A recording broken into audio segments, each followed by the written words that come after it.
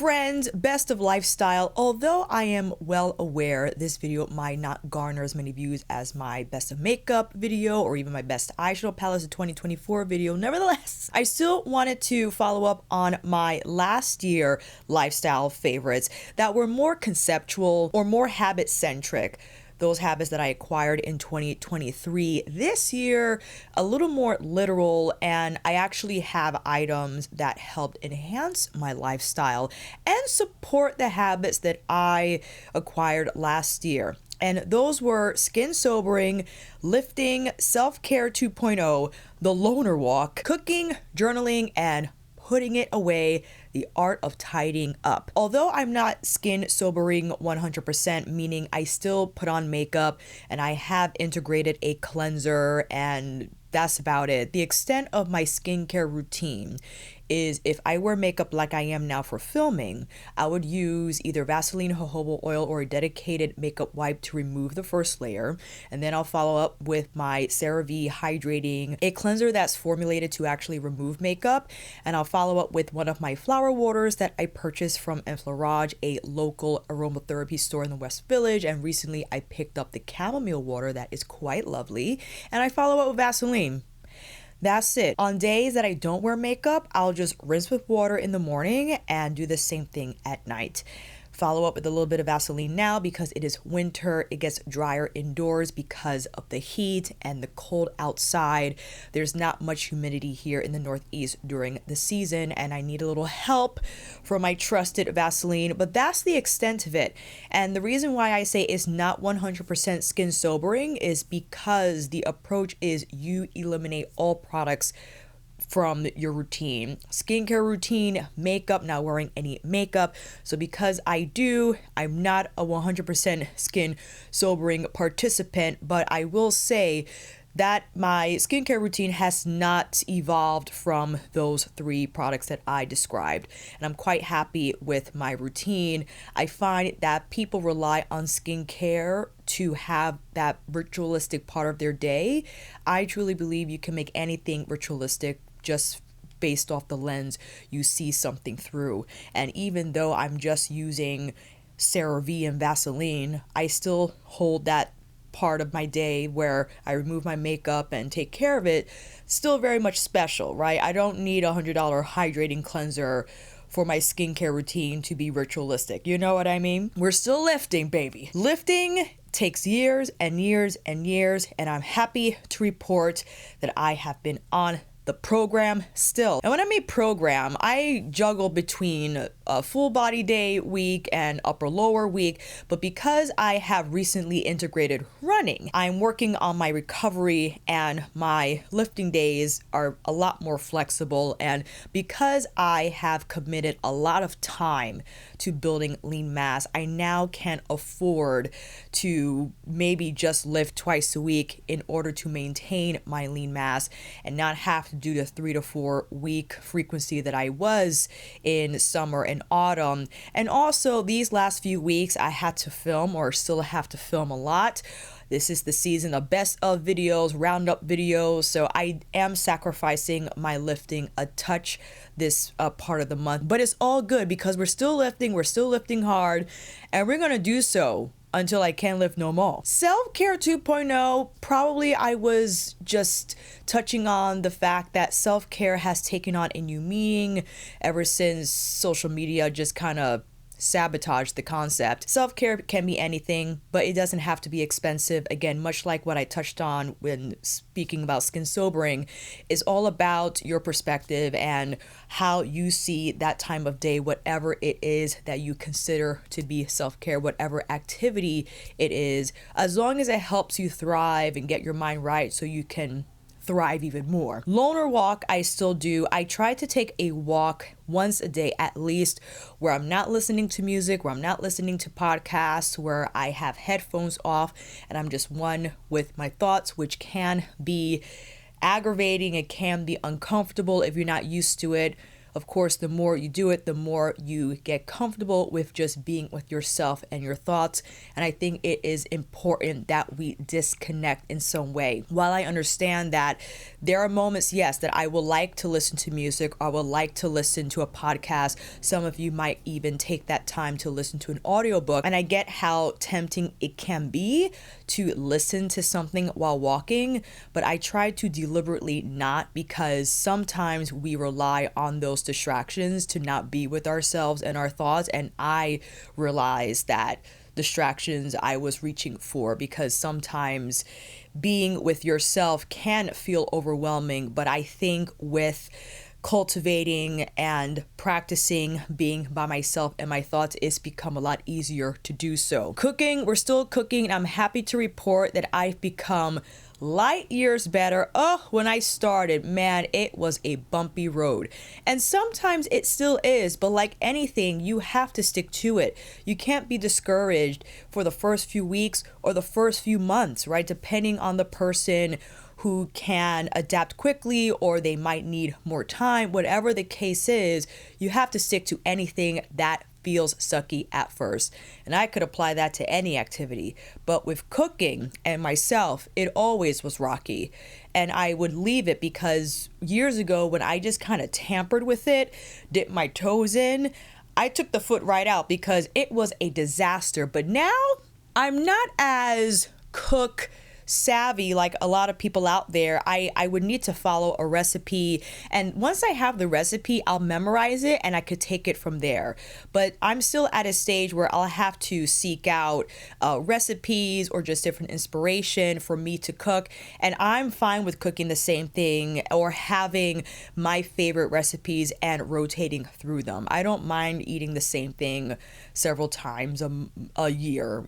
I don't have a problem with that. But for those who do, I recommend that you try different recipes. Remember the ones that you like and stick with the ones that are easy to prepare, right? The more elaborate, the more bandwidth required, and the less likely you'll cook more often or consistently. So that will be my tip for you. We are still journaling, and I haven't decided if I wanted to. I'm definitely getting another Hobonichi for sure, but well, let me go get it. Hold on. In 2023, I completed the A6 size, and this year I completed, well, almost, we got a few weeks to go, the A5 size. I haven't decided yet if I want to go with A5 again. I quite enjoy the larger calendar and the fact that A5, as opposed to A6, has a section. It's like a list out section where you can kind of jot down what you did that day or what you plan to do the next day. And I like that feature in the A5, but I also like the compact nature of the A6. I like how small it is. And the reason why I got the bigger size this year, because I was proud of myself that I completed an entire Hobonichi planner last year. And I thought that warranted or earned me now the right to go bigger and challenge myself to be more elaborate with my days and how I described it. It's funny, when it comes to journaling, I mean, people journal for different reasons, but I find one of the more favorable initiatives is that the connection to mental health in you just writing your thoughts, putting down your emotions. I actually found that my initiative evolved. I rely on journaling to help with my vocabulary and how articulate I can be, because there is a connection with reading, speaking, and writing. And I found when I challenged myself in describing my day in as much detail as possible, using different words, just expanding on how I explain, how I elaborate, I think greatly helped my speaking skills. I still have a long way to go, but I relied on my journaling for that. It just gave me the time to, yes, you could speak it, yes, you could read it, but now can you write it? Like I said, I think all those, well, all three are connected, and just giving myself the opportunity at the end of day to kind of like get the brain going, get the last stretch of it before I put it to bed and put it away. I mean, the art of tidying up is crucial when you are living in a smaller space, which I'm not complaining about. But as you know, if you also are operating in a smaller space, it could get messy really fast. If you don't put stuff away, if you let things pile up, if you don't address it immediately, it can feel overwhelming once it gets to a mess level that you basically have to carve out hours or an entire day to tackle it. And if you tackle it from the beginning, if you tidy up here and there in smaller doses, you find that you don't have to do much at the end of day or even at the end of your week. And that's the same thing with cleaning. If you keep light cleaning throughout the day, throughout the week, when it's time for the big clean, it's not as overwhelming and it's not as task heavy. So that's what I discovered, and happy that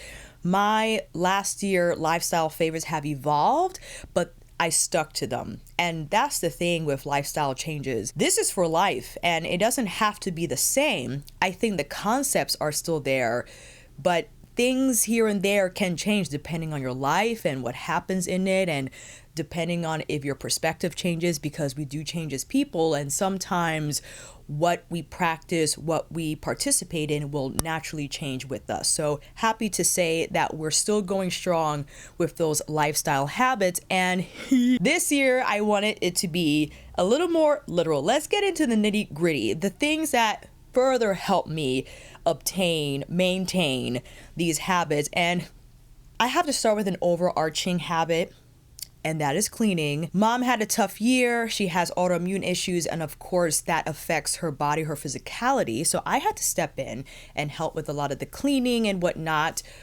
But in addition, Bay's housekeeper quit. We don't know where she went, but the bathroom had to be cleaned. So I had to step up, clean the bathroom.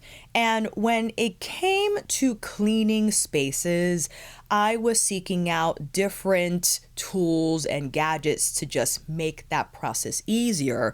And when I discovered the Makers Clean brand from Clean My Space channel here on YouTube, oh my goodness, I can't begin to tell you how much it just streamlined the cleaning process for me, how it just helped me approach it more enthusiastically. Because listen, I actually like cleaning the bathroom, but like I had said before, I keep my bathroom spick and span throughout the entire time. I don't leave messes behind. I have a little rag that I use to wipe the sink every day so that water is not just left there to stain, okay? To stain the chrome, no good. And this year I purchased Makers Clean microfiber cloths. Now I am well aware that they are made out of plastic, they're made of polyester. I make sure to have enough, so I'm not washing them every week, but I wash them every 2 to 3 weeks, so that, you know, the microplastics don't overwhelm the water supply every week and whatnot. But I mean, all of my Lululemon is made out of synthetic material. Nevertheless, I'm well aware of the trade-off, but Makers Clean cloths are high premium, because I purchased the microfiber cloths from like a drugstore, and the difference is uncanny. I realized that immediately and invested in several Makers Clean microfiber cloths. And not only do they have the classic cloth, but they have them in different sizes, they have them in different weaves, you have them for different tasks that you want to accomplish them with. They're fantastic, and again, just streamlined the cleaning process for me, where when I have to clean the bathroom on a day that my bandwidth is low and I'm just like, I gotta do this, I got my Makers Clean cloths. I already have my routine. Everything is set. The strategy is there. And it just makes it easier for me to accomplish, and also to accomplish over at Bay's apartment, because I clean his bathroom, clean the kitchen, I mop the floor. Oh, I hate mopping the floor. And whatever else I have to do, the dusting, what have you. But man, I love those cloths, and I love the Clean Your Space channel. I also watch Clean That Up.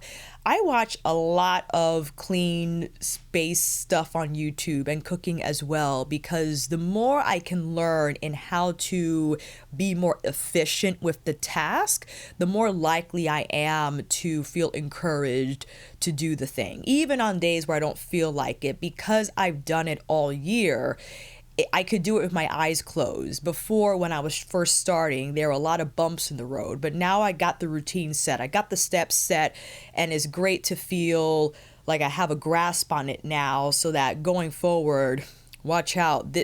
I'm one heck of a housekeeper, okay? With that said, when it comes to the laundry and the drying of this and the hanging of that, this over-the-tub rack, when I first encountered it at my 5 and 10, my It's Called Value Drugs here where I live, I saw the box and I was like, I could see how that would work, but I don't know, it seems gimmicky to me. Obviously I bought it, but it's one of those things, remember those late night TV commercials where how they present whatever item they're selling, it just appeared like a godsend lifesaver, and you get it and you're like, this is a piece of junk, why did I buy this? Those are my initial thoughts with the over the tub rack. I saw how, obviously, based on how it was photographed on the box, it fit over the tub in that it took over that space, right? So you don't have to have it on the floor. You could hinge it up where it's like a ladder to hang things in so it could lean on something taller. I didn't realize how goated this over the tub rack is. I'm not entirely sure where the turning point was, right? I think it might have been when I was doing my hair. A wash day is once a week and is involved, right? I'm using a lot of combs, using a lot of clips, a lot of towels, and when everything is said and done, I rinse everything. But I use my over the tub rack to hang my combs, to hang the towels that I use, to hang my clips, so everything can dry thoroughly before I put those items away. And I guess that's when I was like, oh, this is why it's amazing, okay? And just to have it over the tub where, you know, you're only in the tub twice a day, once a day at minimum, right? Or however frequency that you bathe, no judgment here. But to know that I could just keep it there and it's not going to get in my way, and the fact that it's not in the way and it's there for me to hang anything on if I need something to dry, like on rainy days where I could hang my jacket over it or hang my hat over it. It's incredible. It's incredible. And that's why not only do I have that over the tub rack, but I have my little mini racks that are fantastic, especially my medium-sized one that I use to hang dry my workout clothes on before putting them in the hamper. I think that's a crucial step we all have to take. I would never put something still damp and sweaty in the hamper in the dark, warm, where bacteria can now grow more so than what's already there and make that clothing item stinkier, so much so that even laundering it is not going to handle the stank. No way. I think ensuring that these clothing items are completely dry first before putting in the hamper is an important step to take. And having the rack, my gosh, and the smaller rack I have on my kitchen counter where I hang my little towels that I use to dry dishes with, that I use to dry the counter with. Again, making sure all these items are hung dry and they don't just hang around damp and get gross, right? And I also, well, I guess this leads me into my other lifestyle fave, my Muji Oscillating Fan. Oh my goodness, I'm so happy I bought this thing. Again, I realize its importance, especially when drying, well, a few things. Making sure I dry or air out the bathroom after a shower or after I clean it. And you see here, the head of the fan rotates in several directions. It also has an essential oil tab on the center where you could pour any essential oil that you like, and the fan will gently disperse that scent into the air in a, I think, softer manner than an oil diffuser would. So great if you're fragrance adverse, but you want a little bit of a refreshing step to happen, if you will. And the fan does just that. My favorite out of all the essential oil blends that I bought from Muji is Clear. It has a cleansing, invigorating quality about it that not only I like to blow around in my bedroom but also in the bathroom. And I use the Muji fan to help dry my laundry because I hang dry a lot of laundry, and it just helps the process so that the clothes are just not sitting there, but the air circulation that's happening can speed up the process. And I have to give a shout out to Honeydew because that's primarily who inspired me to get into the racks, right? Because she hang dries a lot of stuff, and also I just love watching her channel in trying to get inspired by the cooking process and the cleaning process. Everything she does is just thoughtful and calm and peaceful, and like, I need to be more like Honeydew. And I still watch her to this day, but every time I see my little racks, I think of her. I can't help it. Now, something I didn't mention last year because it was 2023, and maybe this was after the fact, but I got my hair cut last year, and it was tough because my hair was not in the best shape. It was dry, it was brittle, it was uneven. I mean, The fact that the center of my head, where the hair is here, was significantly shorter, where I understand why it would be because of the overall shape,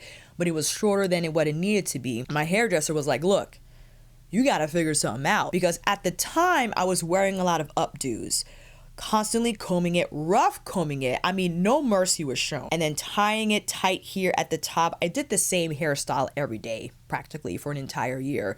And it ruined my hair. I decided, okay, what is the best way I can wear my hair in a protective style where I could do it myself? I don't have to visit a salon, because I wanted the budget to be low for the hair journey this year. And that's when I started double twisting my hair. And I have now for the entire year, and I'm happy to report that we got some length going. It's much longer than what it used to be, or when it was last December when I got it cut. And maybe it was mid-January maybe that I started double twisting, because when I got my hair cut, I had a tight little fro, and I was just trying to navigate, okay, I could wear my fro out, but I found when doing so, because it was shorter, it separated quickly. It just felt thick, and even though it was shorter, it felt a little overwhelming, especially when I was training. So that's when I decided, okay, let me go back to double strand twisting, see how it works out. And I've stuck to it ever since. But one of the main standout benefits that I did not realize, that I did not see coming, the hats. I just was so... Okay, I can't even tell you, because I wore my high poof for years. And then last year I did the high, it wasn't a high poof, it was like a high updo type of a gig, which didn't allow me to wear hats either. But when I started double twisting my hair, I realized, oh, I don't have anything up here. I could actually put things over my head. Forget it. I was wearing hats out the wazoo. My San Diego hat, my beanies, my bucket hats, my caps. And I think this was the first year in a long time that I fully appreciated my wardrobe. I don't know what it was. Hats just bring outfits together in a way that I did not see coming, because I didn't wear hats like that. And now integrating more of my hat designs, I just felt more inspired to wear other items in my closet that I haven't before. And this year was phenomenal for the wardrobe. Okay, I only have 2 wardrobe videos up on my channel. Maybe I'll do another before the year's end. But the beanies, oh my goodness. And specifically my San Diego hat, let me get the correct name for it. One moment, please. I actually have 2 El Campo sun hats. I have one with the 5-inch brim that I keep at Maddie's house that you probably saw in action. I think that's the one that I modeled with in my first wardrobe video. And I have the black in the 4-inch. This hat was one of the best purchases I made for my wardrobe this year. 100%. Every time I put that hat on, I just felt like a high fashion magician. It just topped off whatever outfit I was wearing. And even if I was wearing something on the slouchier side, you know, not totally fancy, but more on the casual end, I put that hat on, it zipped it right up. It elevated my outfit in a way that wasn't aggressive. It was just the right amount of dose of elegance and sophistication, while just integrating well with the entire ensemble. And my goodness, this was one of the, again, best hat purchases I've made. It's UPF treated, which is my preferred approach when it comes to sun protection. I still wear the SPF, but when you have a hat on that's UPF treated, as long as you're covered, you're good. You don't have to worry about the sunscreen film having holes in it or applied unevenly and whatnot. It just eliminates all those risk factors. And of course, you can still wear the SPF and the hat. Double protection. I get it entirely, but I rather just throw on the hat. And I also still have my sun visors, which is one of San Diego's best sellers. I mean, those things fly off the shelves from San Diego Hat Company, and I still wear those. Even with my double strand twist, I could just wrap it around, although I don't have the poof going out from the top, it still fits just fine. And my beanies, I have so many beanies, especially from Aliens of Brooklyn, and I felt bad not wearing them, because when I had my hair out, or just rather not double strand twisted, I had to like pull my hair down in this awkward low pony, but because my hair was so uneven here, it like frayed in the center, but my hair was long enough here where it tied, but I was not encouraged to wear the beanies. But now, oh my gosh, I'm wearing them all the time. I saw that the Wrap Life released beanies with satin lining, and because when I first do my double strand twist, sometimes I want satin just to make sure that the twists don't frazzle right away, because I do wear these for the week. But when that happens, I'll usually just redo the ones on the side. But bucket hats too have been a lot of fun, and caps, especially when running. You know, if I don't want the sun in my eyes and I just need to stay focused, I'll throw the cap on, throw the headphones on, and it's a wrap. So I had to share just double strand twisting, and having my hat collection thrive this year has been one of my most favorite occurrences for 2024. I didn't see it coming. I sure did not. It's funny, I was so discouraged when at Rizzo's salon, I felt bad that I completely destroyed my hair. I'm exaggerating, I know, dramatic. I felt like, what can I do? I was stumped. I couldn't figure out the best hairstyle. I was like, oh no, do I need to get extensions? Oh no, what can I do? I've been just doing this every week nonstop, and it has helped tremendously. My hair is now more even. It doesn't feel as dry. I did attempt to cut my ends twice this year. I don't know how well I did. I don't think it's that bad. When I wear my hair out, it doesn't look uneven. But I think I might still get a curly cut anyway, just so I have a professional see. I wish I could request a blowout cut. I'd rather they blow out my hair and just cut the ends and not curly cut it. But I don't know if they even have that service. I should call today and ask. While maintaining my double strand twist, I bought the Clementine sleepwear bonnet and eye mask. I decided to invest a little bit more in silk products when it came to my hair, because since I committed to the double strand style for the entire year, I wanted to make sure that my hair was well maintained throughout the week before I had to wash and style it again. And my Clementine their silk, their mulberry silk, excuse me, is more expensive than the lesser quality silk out there, but it's worth it. And I wash it. They say on the website to just wipe your eye mask. I'm like, I'm gonna wash that thing. So it does get a little beat up, especially because what I do, I use my Maker's Clean microfiber towels. I'll roll the satin bonnet and the eye mask up when I hand wash it. Unfortunately, that does agitate the pad in the eye mask a little bit, so it's not as wide as it used to be when I first received it. So there might be a change, and I understand why the brand suggests that you don't wash the eye mask, because it could shrink a little bit. But now I bought a laundry mesh bag, so I don't have to hand wash them anymore. I'll just put the bonnet and the eye mask in the wash bag, and they don't get as agitated if they were just free rolling in with everything else. I thought about also getting another bonnet and silk eye mask during the Black Friday event, but I was like, hold on, these are just fine. And I've been successful in remembering to take those along, whether it's going to Bay's house or Maddie's house. I haven't forgotten, maybe like a handful of times, not even that.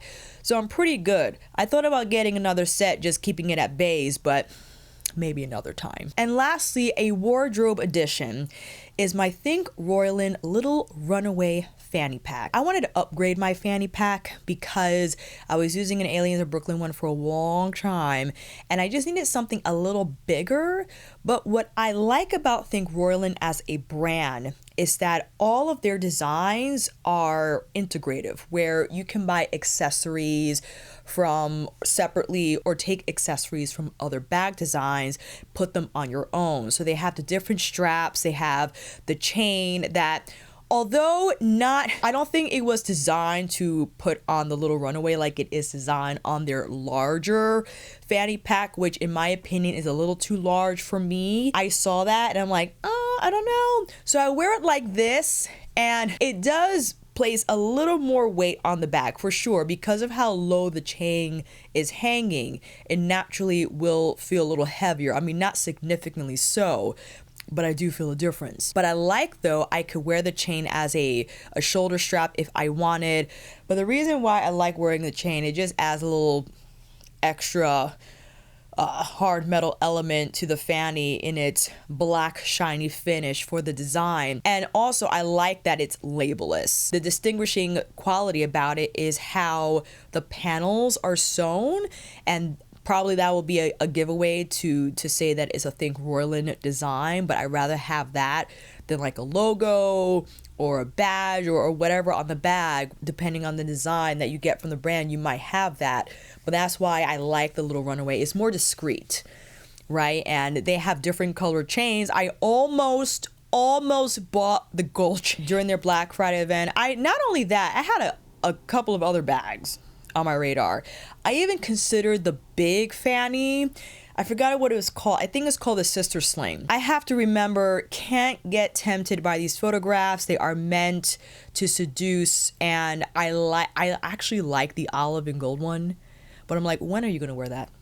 It's not practical. Stop it right now. So I left it alone. I didn't buy any accessories because I did buy the smaller pouch bag from Saks Fifth Avenue. Deliberately so, because the little Runaway doesn't have the chain accessory option when you purchase it online, but the smaller satchel did. I thought if I get the smaller satchel, which I can use still as a more like a smaller discreet pocketbook moment, that strap also has the coin purse, which, oh my goodness, that little coin purse comes in clutch, because where I live, unfortunately, the public transportation does not have the electronic payment system where you can use any credit card or transportation card on the go. You either need a Metro card or coins, and if my Metro card runs out, where I live, there's no place, if there is, I don't know where it is, to replenish the Metro card. I have to do it when I'm in Manhattan. If I forget to do that, gotta use the coins. And it's nice to know that I have a little pouch to just put my coins in so they don't get lost. You know how that happens, all right? Even if my little fanny, because it does, and I adore it, that's why I bought it, has a side pockets, I use side pockets for other things. And when it comes to coins and making sure you have enough for the bus fare, I don't want anything else to interfere with that, okay? I just need the coins in one place. And this is what this little pouch does, all right? It is a lifesaver, and it could serve a purpose for many things. In my case, bus fare coins, but it could be something that you want to hold separately from the rest of your bag, the main compartment, whatever the case might be. But as I had mentioned before, I like the fact that you have that interchanging ability with the bag attachments from Think Royln. If you decide to buy another design, it will find its way to integrate with the design that you already have, right? So you could kind of expand on that collection, on the concept, and not just have everything separate in their own bubble. So that was one of the main reasons why I bought into it, and happy that I did, because if they ever choose to add another design or another bag accessory that my little Runaway can benefit from, then the opportunity is there. And I think that is it. Those are my lifestyle favorites for the year. I might film a separate video for wardrobe, because there were definitely some standout favorites this year. I'm gonna gush about the hats again, for sure. And if you want to check out those wardrobe videos, I'll have them listed down below, as well as the individual post link. So if you want to shop that actual video, you could click the link and it will have most of the items available to shop from. Unfortunately, some are limited edition or they were gifts, so you won't be able to buy them. But the ones that you are able to buy that are available, they'll be linked under the video. Let me know where your lifestyle favorites have been for 2024. It can be an actual item, a habit, whatever it might be. Please let me know. Elaborate to your heart's content. And if you made it this far, thank you so much for watching. Make sure you like this video, consider subscribing, and click that notification bell so you are notified of uploads immediately. And why not subscribe so you can watch more beanie videos, because they're coming. With that said, I'll see you down in those comments, and I will see you on here next time.